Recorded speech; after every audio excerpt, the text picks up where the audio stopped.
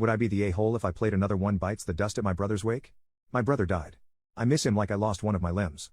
Maybe it's stupid, but I want people to remember the person he was. My dad and aunts have been involved in planning his funeral, and they have been planning a very Catholic funeral service.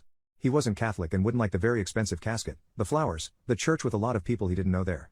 He'd think it's way too fancy, way too much. He and I had morbid discussions a lot, side effect of me being a goth teenager. He told me he wanted to be cremated and his ashes thrown into a ceiling fan while It's Raining Men played in the background, obviously not an option. Together we made up a funny funeral playlist, including songs like Highway to Hell and Another One Bites the Dust.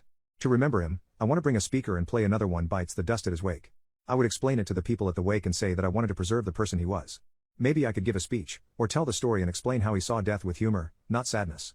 There will be a lot of extended, older family members there who weren't very familiar with him and are Catholic, so I've been thinking maybe not. But I really want to preserve his memory as he was, not what people think he should have been. I think my cousins and sister would get a kick out of it. Would I be the a-hole? Update: this morning, I talked to my dad about the wake. I suggested that maybe I could give a eulogy and talk about my brother, and then play an instrumental cover of the song. I found a violin one that I really liked. My dad listened to the cover and looked at the list that my brother and I made. He actually smiled and laughed, and said that it seemed like a great idea. I hadn't really been thinking about my dad as much as I should have. I thought of him as opposition. I guess he cared way less about the Catholic stuff than I thought. I also reached out to some of my brother as friends. Some of them had already been planning a party in his honor and they were happy to listen to some of my ideas. We are going to play all the songs on the list, plus a few others that apparently he told his friends about and not me, and we're going to start working on logistics for scattering, not human, ashes from a ceiling fan.